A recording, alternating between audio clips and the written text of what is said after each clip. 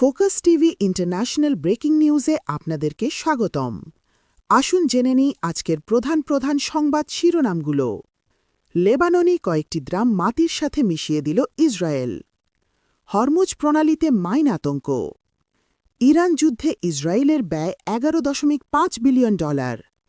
বিয়ের জন্য সুন্দরী নারী না দিলে তুর্কি দূতাবাস বন্ধের হুমকি উগান্ডার সেনাপ্রধানের। ইরানকে টোল দেওয়া জাহাজ আটকের নির্দেশ ট্রাম্পের। ওয়াশিংটন সম্পূর্ণ প্রস্তুত, উপযুক্ত সময়ে শেষ করে দেওয়া হবে ইরানকে, ট্রাম্প। ইরাকের নতুন প্রেসিডেন্ট কুর্দি নেতা নিজার আমেতি।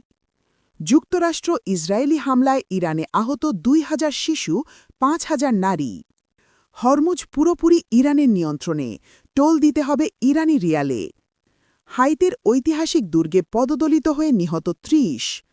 যুক্তরাষ্ট্রে সন্তান জন্ম দিয়ে নাগরিকত্ব পাওয়ার পথ বন্ধ করছেন ট্রাম্প। ইরানে অভিযান শেষ নয়, আরও পদক্ষেপের ইঙ্গিত নেতানিয়াহুর। পাকিস্তান ছাড়ল ইরানের প্রতিনিধি দল।